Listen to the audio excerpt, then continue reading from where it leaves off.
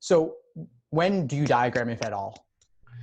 I diagram, and I'd love to learn more about diagramming because that would be helpful. When I see conditional reasoning or something of that nature in the argument.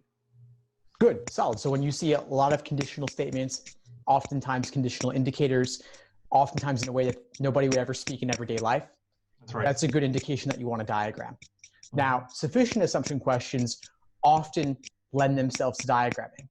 They're often formulaic. And I actually have an article on my site laying out the 6 major categories of sufficient assumptions that you can diagram. So definitely check that out. I'll send you a link to it afterwards. Absolutely. Sounds good.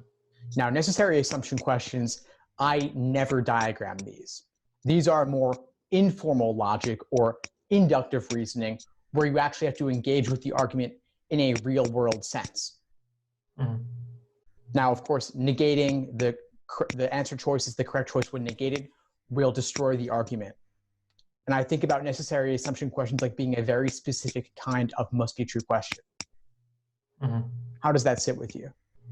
That makes sense. I mean, the assumption must be true for the argument to work. And if you negate it, if it's not true, then the argument does not work. Correct?